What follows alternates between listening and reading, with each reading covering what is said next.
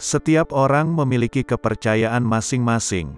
Namun, terkadang ada orang yang masih kurang yakin dengan apa yang mereka percayai. Hal inilah yang dirasakan oleh seorang wanita bernama Asyalina.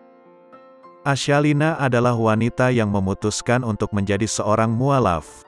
Ia yang awalnya adalah Kristen Protestan merasa ada sesuatu yang janggal dengan agama yang ia percayai. Bersekolah di sekolah campuran membuat wanita yang akrab disapa Asa ini ikut terlibat saat tengah mempelajari agama Islam.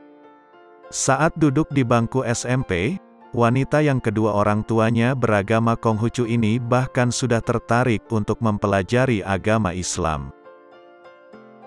Sayangnya, memasuki masa SMA, Asa harus masuk ke sekolah Katolik. Saat itu, Asa kembali merasa jauh dengan pelajaran agama. Pindah ke Jakarta itu sekolah Katolik. Jadi agak enggak terlalu ngejalanin agama, katanya dilihat dari kanal YouTube Hijab Alila. Tak sampai sana, perjalanan Asa untuk mengenal Islam pun harus terhenti setelah ia memutuskan untuk pindah ke Jepang untuk melanjutkan pendidikannya.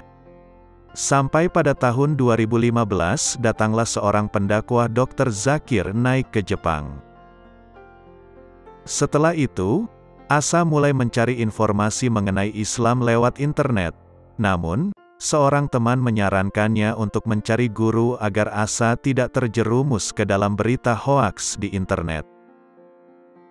Mendengar saran dari temannya, Asa bingung karena di Jepang harus berguru kepada siapa. Meski memiliki teman yang beragama Islam, namun Asa masih memiliki banyak pertanyaan yang belum terjawab.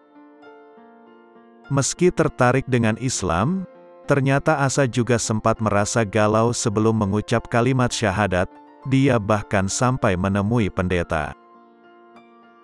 Sebelum mantap masuk Islam dan mengucap 2 kalimat syahadat, Asa sempat merasakan galau di hatinya. Ia merasa belum mempelajari Alkitab dengan benar dan teliti sehingga tidak terlalu yakin untuk pindah agama. Untuk menjawab kegalauannya, Asa pergi ke sebuah gereja di Jepang yang ajarannya sejalan dengan gereja yang ada di kampungnya. Bahkan, pendeta di sana menggunakan bahasa Indonesia. Asa yang masih galau pun melemparkan sang pendeta dengan banyak pertanyaan. Namun, pada suatu ketika sang pendeta memotong pertanyaan Asa dan menyuruhnya untuk tidak usah bertanya lagi. Ngobrol-ngobrol sama pendeta sampai akhirnya dicut sama pendetanya. "Enggak usah tanya lagi," katanya gitu. "Kalau tanya lebih banyak lagi kamu sama aja enggak beriman," katanya gitu, imbu Asa. Setelah pengalamannya dengan sang pendeta, Asa memutuskan untuk mencari pelajaran tentang Islam sendiri. Ia pergi ke sebuah masjid yang cukup besar di kota Kobe. Ia menanyakan apa yang ingin ia tanyakan, bahkan selalu ikut kajian dan berpuasa di bulan Ramadan. Sampai ke bulan Ramadan aku jadinya ikut puasa. Terus lama-lama aku minta ajarin wudhu, itu kayak gimana? Apa aja yang dibasahi? Sampai akhirnya pengen juga salat gimana, tutur Asa. Saat sudah nyaman dan semangat menjalani kehidupan beragama Islam, tiba-tiba Asa kembali dihadapi dengan kegalauan lainnya. Ia takut melihat reaksi keluarganya saat tahu ia ingin masuk Islam dan memakai kerudung. Kemudian datang seorang teman blasteran Jepang Indonesia yang beragama Islam untuk menasihatinya. Ia mengatakan bahwa Asa memiliki keinginan yang kuat untuk belajar Islam, namun sangat disayangkan jika tidak mengucapkan syahadat. Jadi lagi galau-galau diomongin kayak gitu, antara pengen semangat tapi kayak aduh nanti keluargaku gimana, tuturnya.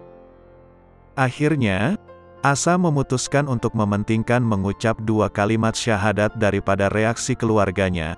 Asa mengaku sangat ikhlas jika memang harus dikeluarkan dari kartu keluarga.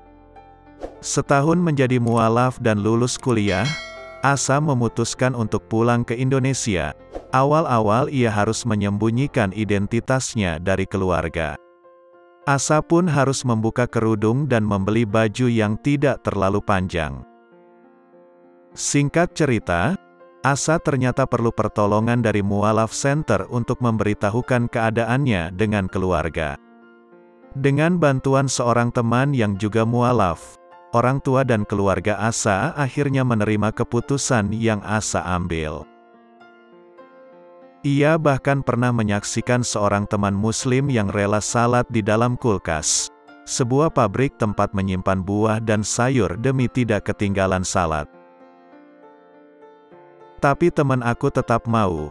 Demi enggak ketinggalan salat, dia tetap mau salat, mau enggak mau jadi salatnya di kulkas, sambung Asa.